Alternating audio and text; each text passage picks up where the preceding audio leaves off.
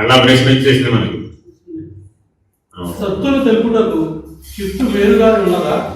సత్తుయే చిత్తు, చిత్తుయే నేను. ఇందా కూడా చెప్పాను. ఏదైనా ప్రశ్న వేసానంటే అర్థం ఏంటి? అది లేనిది అని చెప్పకనే చెప్తున్నాడు అనమాట. అన్యాపదేశ బోధ అంటారు. నేనేమంటానండి? అన్యాపదేశ బోధ. అట్లాగే ఇందులో ఒక విషయం ఉందండి. నహినిందా న్యాయం అని ఇంకో న్యాయం ఉంది.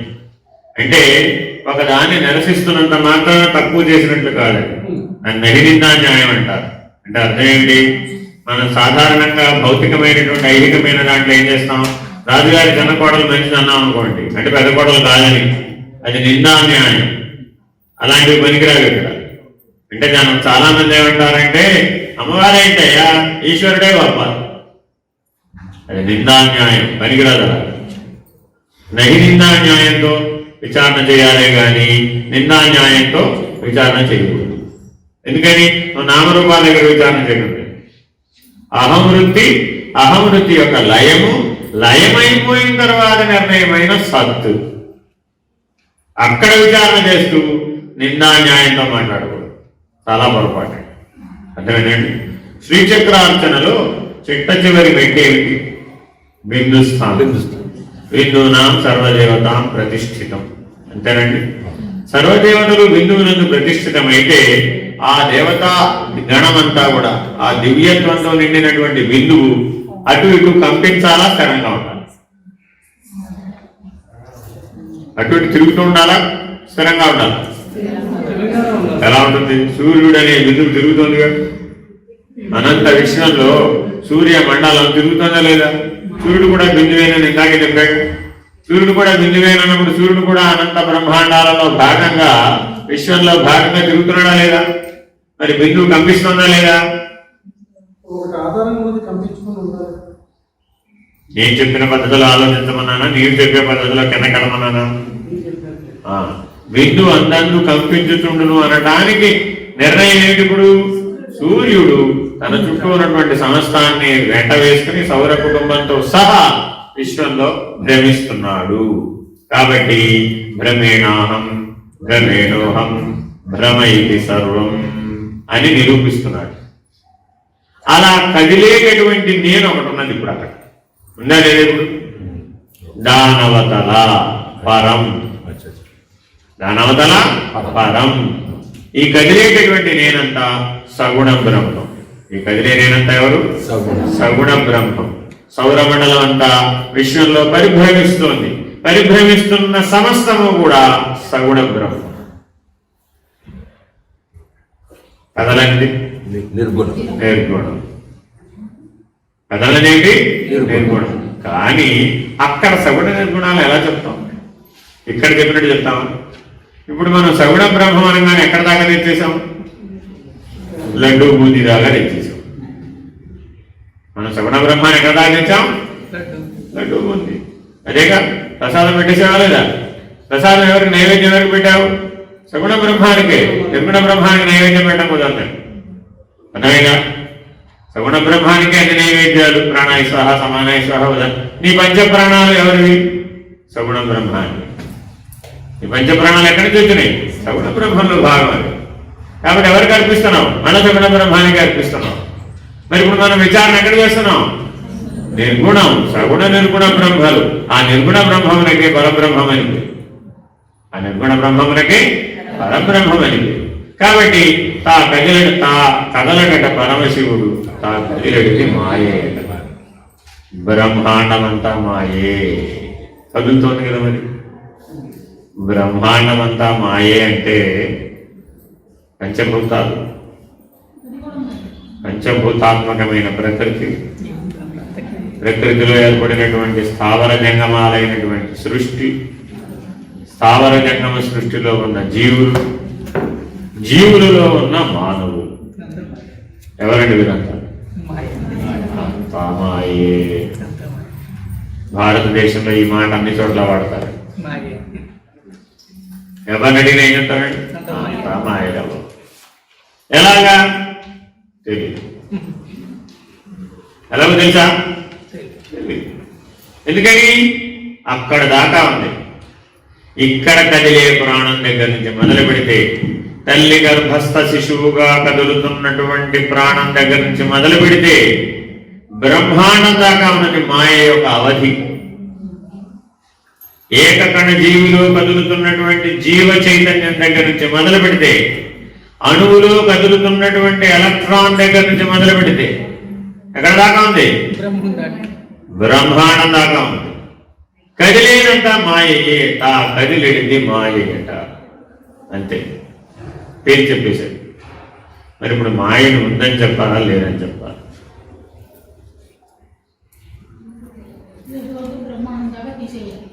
ఎక్కడ పెడతాం తీసుకెళ్ళి? ఇందాకే చెప్పే నహి నిందా న్యాయం అని. ఇక్కడ జీవభావంలో చెప్పినట్టుగా అక్కడ బ్రహ్మభావంలో చెప్పడానికి వీలు కాదు. ఇప్పుడే చెప్పాక ఊహ చేశాడు. ఉపదేశము మీది విషయము ఊహను పనినన్ తనకు తా విక్షేపము చెందు. అర్థమేంటండి? ఈ మాట ఈ సూత్రాన్ని గుర్తుపెట్టుకోవాలండి. ఉపదేశము మీది విషయము ఊహను కొనినన్ తనకు తా విక్షేపము చెందు. ఇదంతా ఉపదేశం అంటే దర్శనం అండి. ఎప్పుడు గుర్తుపెట్టు. ఉపదేశం అంటే ఏంటి? దర్శనం. మనం ఏం చదువుతున్నాము? ఉపదేశ సారం అంటే దర్శన పద్ధతిగా ఉండేటటువంటి దాని యొక్క సారాంశాన్ని చదువుతున్నాం. దర్శనం కలిగినటువంటి వాడికి, దర్శనం కలగినటువంటి వాడికి భేదం ఏమిటంటే, దర్శనం లేనివాడు ఊహ చేస్తాడు. దర్శనం లేనివాడు ఊహ చేస్తాడు. దర్శనం ఉన్నవాడు ఉన్నది ఉన్నట్టుగా చూస్తాడు. దర్శనం ఉన్నవాడు ఎలా చూస్తాడు? ఉన్నది ఉన్నట్లుగా చూస్తాడు. ఉన్నది ఉన్నట్లుగా చూసిన వాడికి లేనిది లేకనే పోయి, ఉన్నది ఉన్నట్లుగా చూసిన వాడికి లేనిది లేకనే పోయింది. వాడు ఏం చేయలే, పోగొట్టడానికి వాడు ఏం చేయలేదు. తీసుకెళ్ళేం పాకెట్లో పడేయలేదు, డస్ట్బిన్లో అంతకంటే పడేది. వాడు ఏం చేశాడు? ఇప్పుడు ఉన్నది ఉన్నట్లుగా చూశాడు అంతే. ఉన్నది ఉన్నట్లుగా చూస్తే లేనిది లేకనే పోయింది. అంతేగాని నీలా నాలాగా ఊహ చేయలేదు. అర్థమైందండి? మనతో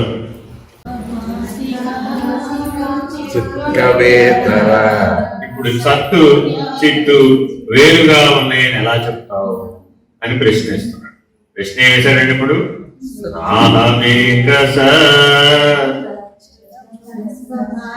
సత్వభాసిక చిత్తవేతర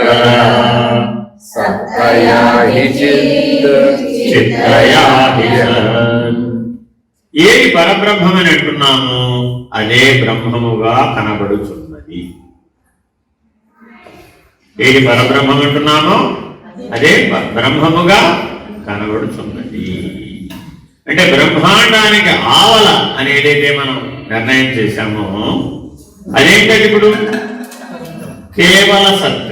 దానికి ఏమని పేరు పెట్టాము? ఇప్పుడు కేవల సత్. ఆ కేవల సత్తే బ్రహ్మాండంగా కనబడుతుంది. సృష్టి క్రమం ఏంటండి? బ్రహ్మణోరవ్యక్తః అవ్యక్తో మహదహంకారః మహదో మహదహంకారః మహదహంకారాత్ ఆకాశః ఆకాశాద్ వాయుః వాయురగ్నిః అగ్నయోరాపః ఆపయోర్పృథ్వీ పృథ్వీయోరన్నం అన్నంయోర్జీవః. ఇది క్రమ సృష్టి. మొదటి మాట ఏంటి? బ్రహ్మణోరవ్యక్తః. ఇందాక ఏం చెప్పినా ఏమేం కాదన్నాం? వ్యక్తావ్యక్తాలను కాదన్నాం. బ్రహ్మమును కాదన్నా. ఇంకా మనం దేని కాదన్నాం? ఇప్పుడు వ్యక్తావ్యక్తాలని మాత్రమే కాదన్నాం. కాదన్నాక అప్పుడు ఏం మిగిలిపోయింది? సత్ అనే బ్రహ్మం మిగిలిపోయింది. కాబట్టి సత్ అనే బ్రహ్మములో నుంచి వ్యక్త బ్రహ్మాండం వచ్చింది. వ్యక్త బ్రహ్మాండం రావాలి అంటే మధ్యలో అవ్యక్తం ఉండాలా? ఉంది కదా. నిర్ణయం చేశాం. ఇంకా అవ్యక్తం అంటే ఏంటో కూడా నిర్ణయం చేశాం. అమ్మవారికి 2 రూపాలు ఉన్నాయి. ఒకటేంటి? అవ్యక్తం. రెండోది ఏంటి? వ్యక్తం. అంటే అహంవృత్తి లయించినటువంటి స్థితిలో అవ్యక్తంగా ఉంది. అహంవృత్తి వ్యక్తంగా ఉన్న స్థితిలోనేమో వ్యక్తంగా ఉంది. అహంవృత్తికి ఇటు అటుగా ఉందన్నమాట. అర్థమేనండి? అలా ఉన్నప్పుడు ఏమైంది? అది బ్రహ్మము కాదు. అదంతా అహంవృత్తిని నిరసించేశాం, లయించేశాం, లేకుండా పోయింది. అప్పుడు వ్యక్తావ్యక్తాలు రెండు నిరసించబడితే ఏది శేషించినదో అదే బ్రహ్మము అని తేల్చాం. ఏది శేషించినదో అదే సత్ అని తేల్చాం. అర్థం కావడానికి ఏం చేశాం? సూర్యుడిని ఉపమానంగా తీసుకున్నాం, సౌరమండలాన్ని ఉపమానంగా తీసుకున్నాం, దాన్ని బ్రహ్మాండాన్ని ఉపమానంగా తీసుకున్నాం. కదులుతోంది కదా మరి అన్నాం. కదలిక కదులుతూ ఉంటే అది మాయ కదా. మాయ అంటే వ్యక్తావ్యక్తాలు కదా. మరి కదలని పరమశివుడు కదా, అంటే సత్తు కదా, అది కేవల సత్తు. కాబట్టి ఆ కేవల సత్తు అయినటువంటి ఈశ్వరుడే అమ్మవారుగా కనబడుతున్నాడు. ఇందాక మొదట ఏం చెప్పాను? ఈశ్వరుడే ప్రకృతిగా కనబడుతున్నాడు, పరబ్రహ్మమే బ్రహ్మముగా కనబడుతున్నాడు, పరమేశ్వరుడే ఎలా కనబడుతున్నాడు? పరమేశ్వరిగా కనబడుతున్నాడంటే అమ్మవారు అయిపోయాడు. నిర్ణయించబడ్డాడంటే కాబట్టి ఇప్పుడు ఈశ్వర దర్శనం జరిగే అవకాశం ఉంది, ఈశ్వర నిర్ణయం జరిగే అవకాశం ఉంది, బ్రహ్మ దర్శనం జరిగే అవకాశం ఉందా? బ్రహ్మ నిర్ణయం అయ్యే అవకాశం ఉందా? బ్రహ్మ నిర్ణయం. అనుభవమా అనుభూతే? అనుభూతి. తెలిపిన నిర్ణయంతో మాత్రమే చేసేటటువంటి వాటిని అనుభూతులు అంటాం. అర్థమైనా? వ్యక్తావ్యక్తములలోకి దిగి వస్తే అనుభవం. సరే, నిర్ణయంతో మాత్రమే చేసేటటువంటి వాటిని అభేదం అంటామా, ఐక్యం అంటాం? అభేదం. నిర్ణయంతో మాత్రమే చేసేవాడిని ఏమంటాం? అభేదం. వ్యక్తావ్యక్తాలతో కలిసిపోయేదాన్ని ఏమంటాం? ఐక్యం. అర్థమైందండి? ఐక్యాలు ఎన్ని రకాలు? సాలోక్య, సామీప్య, సారూప్య, సాయుజ్య.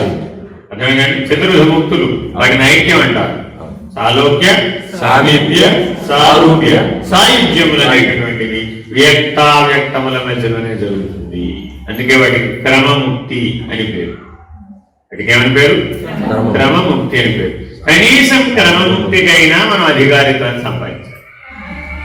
దీని ద్వారా నిజాహమును గుర్తించడం ద్వారా, నిజాహమును లయింపజేయడం ద్వారా, కనీసం అహమిక నేననే ప్రాథమిక అహమిక వృత్తిని గమనించి దానిని గనక తెలుసుకొని దానిని లేనిదని గనక లయింపజేసినట్లయితే సాయుధ్య నిర్ణయం అవుతుంది.